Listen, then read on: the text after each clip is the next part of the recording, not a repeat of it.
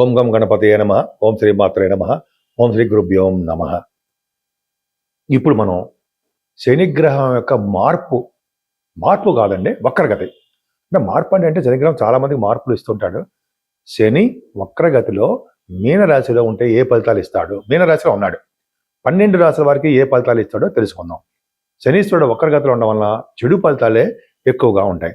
అసలు శనీశ్వరుడు ఎప్పటి నుంచి వక్రగతిలో ఉంటున్నాడు, ఎప్పటి వరకు ఉంటాడో తెలుసుకుందాం. 27th జూలై 2026 నుండి 10th డిసెంబర్ 2026 అంటే 137 డేస్ 137 రోజుల పాటు శనీశ్వరుడు వక్రగతిలో ఉన్నాడు. మీనరాశిలో బలంగా ఉన్నాడు. అంటే చెడు ఫలితాలు ఎక్కువ ఇస్తాడు అనమాట. అంటే ఏళ్ళనాటి శని ప్రభావము, అర్ధాష్టమ శని ప్రభావము, అష్టమ శని ప్రభావం కూడా ఉంటుంది. ఇప్పుడు మనం 12 రాశుల మీద ఆయన యొక్క ఇన్ఫ్లుయెన్స్, ప్రభావం, చెడు ప్రభావం ఎలా ఉంటుందో తెలుసుకోబోతున్నాం.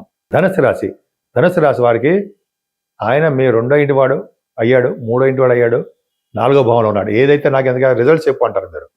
అంటే మీ ధనుసు రాశి వాళ్ళకి అర్ధాష్టమ శని ఉంది. అవునా? అర్ధాష్టమ శని మామూలుగా ఉండడం కంటే రెట్టింపు చెడు ఫలితాలు మీకు ఉంటాయి. వక్రగతిలో ఉన్నాడంటే శనీశ్వరుడు చెడు ప్రభావం మీ మీద ఎక్కువ ఉంటుంది.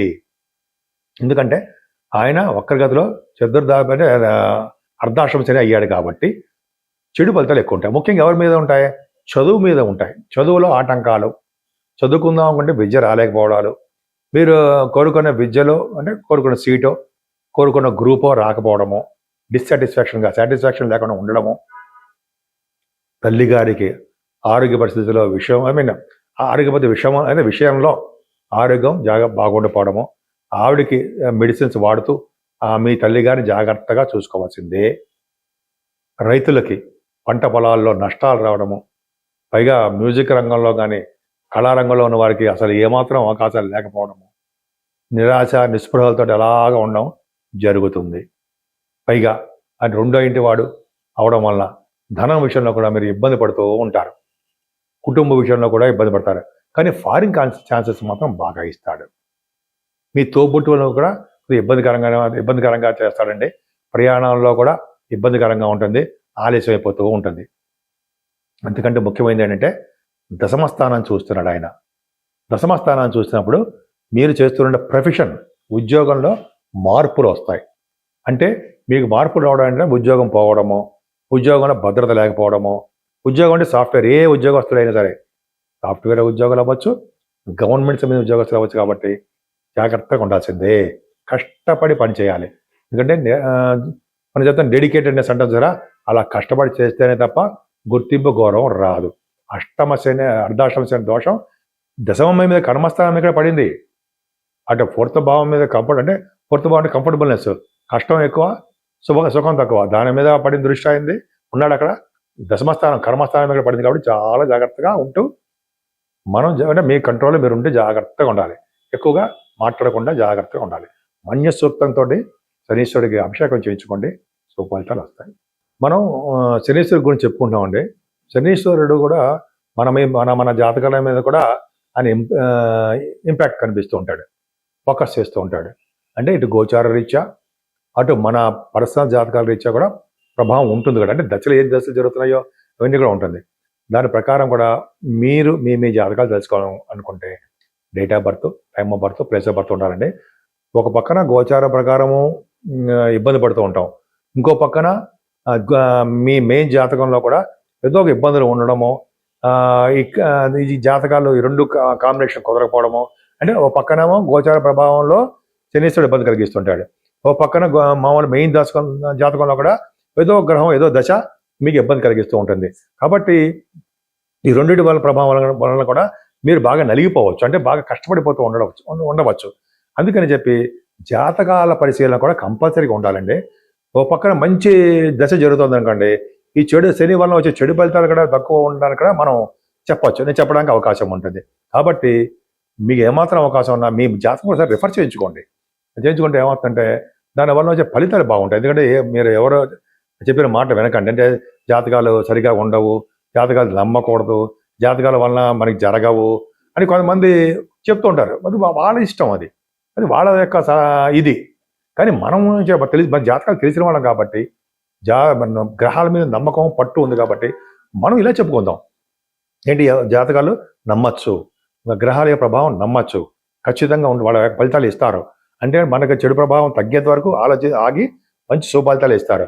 అందుకని కోట్లు లక్షలు ఖర్చు పెట్టేస్తాం అని ఏమీ ఉండవండి. మంచి జాగ్రత్తగానే ఉండొచ్చు. మీరు మీ జాతకాలు చూసుకోండి, ప్లస్ జాతకాలు చూసుకుంటూ జాగ్రత్తగా ఉండండి, ప్లస్ ఏలేని ప్రభావం గురించి మనం ఆలోచించు జాగ్రత్తగా ఉండండి. సరే, ఇప్పుడు మనం పరిహారాలు మరి ఏంటి తెలుసుకుందామండి.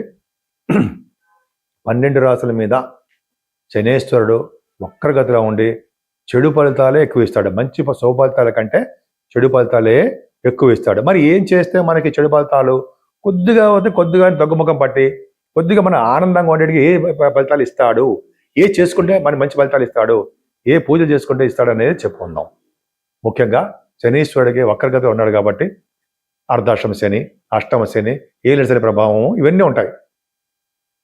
వాటి నుంచి బయటపడాలంటే మన్య సూక్తంతో శనీశ్వరుడికి ఒక్క శనివారం అయినా సరే అభిషేకం చేయించుకోవాలి. మినిమం 7 శనివారాలు మామూలుగా తైలాభిషేకం చేసుకుంటూ 7వ శనివారం కానీ ముందు మీకు ఎప్పుడు శనివారాలు వినంటే అప్పుడు శనివారాలు మన్య సూక్తంతో, అంటే మన్య సూక్తం అంటే వేదాలతోటి ఆ వేద పండితులు చేస్తారండి. అది చాలా పవర్ఫుల్. శనీశ్వరుడిగా చేస్తే చాలా సంతోషిస్తాడు ఆయన. ఆయనకి మంచి వస్త్రం కప్పి, తెల్లటి బట్ట కప్పి, అంటే వస్త్రం సమర్పించి ఆయన కూడా చక్కగా పూజలు చేసిన తర్వాత 9 ప్రదక్షిణాలు చేస్తాం కదా, చేసిన తర్వాత మనం శివుడికి అభిషేకాలు చేయించుకోవాలి. ఇది కంపల్సరీ. మనిషి సూక్తం చేసిన తర్వాత శివాభిషేకాలు చేయించుకోవాలి, అంటే శివదర్శనమైన చేయాలి. చేసిన మారేడు దళాలతో పూజ చేయించడము, శివుడికి మన ఇంట్లోనే మారేడు దళాలతోటి పైగా మల్లె పువ్వులతోటి పూజ చేసుకోవడము, శివుడికి అభిషేకాలు చేయించుకోవడం చాలా చెప్పదగ్గ అంశం. అంతేకాదండి, శని ప్రభావం తగ్గాలంటే ఆంజనేయ స్వామిని పూజించాలి. ఆంజనేయ స్వామిని ఓం హరి మర్కటాయ నమః, ఓం హరి మర్కటాయ నమః, ఓం హరి మర్కటాయ నమః అనే మంత్రాన్ని 100 సార్లు కానీ 100 సార్లు 1008 టైమ్స్ అని మనకి మన ఆఫీసులో మన హడావిడిగా ఉంటాం. ఒక 40 రోజుల పాటు, మీకు 21 రోజుల పాటు పూజ చేసుకోవడం వలన చక్కటి శని దోషం తగ్గుతుంది. అంతేకాకుండా శనీశ్వరుడికి పవర్ తగ్గాలంటే, మనమే పవర్ తగ్గాలంటే ఆంజనేయ స్వామికి సింధూరం రాయించడము, పవనపాకులతో పూజ చేయించడము, ఆయనకి వడమాలు సమర్పించడము, అప్పాలు నైవేద్యం పెట్టడం వల్ల శనీశ్వరుడు వల్ల వచ్చే దోషాలు చాలా మటుకు పరిహారం అవుతుంది. అమ్మవారిని పూజించడం మాత్రం ఎట్టి పరిస్థితుల్లో మర్చిపోకూడదు. దుర్గామ్మవారిని పూజించడం వల్ల, అభిషేకాలు చేయించుకోవడం వల్ల, చండీ హోమం చేయించుకోవడం వల్ల శుభఫలితాలు వచ్చి తీరుతాయి. మీకు అందరూ తెలిసిందే అనుకోండి, ఒక శని మంత్రం చెప్తాను. నీలాంజన సమాభాసం రవిపుత్రం యమాగ్రజం ఛాయామార్తాండ సంభూతం తం నమామి శనీశ్వరం అంటూ శనీశ్వరుణ్ణి మన ఇంట్లో అయినా పూజించవచ్చండి. లేదా బీజాక్షరం ఉంది, ఓం శం శనేశ్వరాయ నమః, ఓం శం శనేశ్వరాయ నమః, ఓం శం శనేశ్వరాయ నమః అనే మంత్రాన్ని జపించడం వల్ల కూడా శని మనకు ఎటువంటి ఆటంకాలు కలిగించకుండా సర్వదా రక్షగా ఉంటాడు అని అనడంలో ఏమాత్రము అతిశయోక్తి లేదు. శనీశ్వరుడు ఎంత పూజిస్తే అంత శుభఫలితాలు వస్తాయి. రాజకీయ రంగంలో ఇప్పుడు చాలా ప్రాబ్లమ్స్ ఉన్నాయి. ఆ రాజకీయ రంగంలో భవిష్యత్తులో కూడా ప్రాబ్లమ్స్ లేకుండా దేశాల మధ్యలోనూ లేకపోతే రాష్ట్రాల మధ్యలో కూడా శని వలన దోషాలు పరిహారం కావాలి కాబట్టి శనీశ్వరుని మూలమంత్రంతో కానీ అంటే మన్య సూక్తం కానీ పూజించడం వలన సర్వ శుభాలు కలిగి తీరుతాయి. మీకు అందరూ తెలిసిందే అనుకోండి, ఒక శని మంత్రం చెప్తాను. నీలాంజన సమాభాసం రవిపుత్రం యమాగ్రజం ఛాయామార్తాండ సంభూతం తం నమామి శనీశ్వరం అంటూ శనీశ్వరుణ్ణి మన ఇంట్లో అయినా పూజించవచ్చండి. లేదా బీజాక్షరం ఉంది, ఓం శం శనేశ్వరాయ నమః, ఓం శం శనేశ్వరాయ నమః, ఓం శం శనేశ్వరాయ నమః అనే మంత్రాన్ని జపించడం వల్ల కూడా శని మనకు ఎటువంటి ఆటంకాలు కలిగించకుండా సర్వదా రక్షగా ఉంటాడు అని అనడంలో ఏమాత్రము అతిశయోక్తి లేదు. శనీశ్వరుడు ఎంత పూజిస్తే అంత శుభఫలితాలు వస్తాయి. రాజకీయ రంగంలో ఇప్పుడు చాలా ప్రాబ్లమ్స్ ఉన్నాయి. ఆ రాజకీయ రంగంలో భవిష్యత్తులో కూడా ప్రాబ్లమ్స్ లేకుండా దేశాల మధ్యలోనూ లేకపోతే రాష్ట్రాల మధ్యలో కూడా శని వలన దోషాలు పరిహారం కావాలి కాబట్టి శనీశ్వరుని మూలమంత్రంతో కానీ అంటే మన్య సూక్తం కానీ పూజించడం వలన సర్వ శుభాలు కలిగి తీరుతాయి. మీకు అందరూ తెలిసిందే అనుకోండి, ఒక శని మంత్రం చెప్తాను. నీలాంజన సమాభాసం రవిపుత్రం యమాగ్రజం ఛాయామార్తాండ సంభూతం తం నమామి శనీశ్వరం అంటూ శనీశ్వరుణ్ణి మన ఇంట్లో అయినా పూజించవచ్చండి. లేదా బీజాక్షరం ఉంది. ఓం శం శనేశ్వరాయ నమః, ఓం శం శనేశ్వరాయ నమః, ఓం శం శనేశ్వరాయ నమః అనే మంత్రాన్ని జపించడం వల్ల కూడా శని మనకు ఎటువంటి ఆటంకాలు కలిగించకుండా సర్వదా రక్షగా ఉంటాడు అని అనడంలో ఏమాత్రము అతిశయోక్తి లేదు. శనీశ్వరుడు ఎంత పూజిస్తే అంత శుభ ఫలితాలు వస్తాయి. రాజకీయ రంగంలో ఇప్పుడు చాలా ప్రాబ్లమ్స్ ఉన్నాయి. ఆ రాజకీయ రంగంలో భవిష్యత్తులో కూడా ప్రాబ్లమ్స్ లేకుండా దేశాల మధ్యలోనూ లేకపోతే రాష్ట్రాల మధ్యలో కూడా శని వలన దోషాలు పరిహారం కావాలి కాబట్టి శనీశ్వరుని మూలమంత్రంతో కానీ అంటే మన్యసూక్తం కానీ పూజించడం వలన సర్వ శుభాలు కలిగి తీరుతాయి.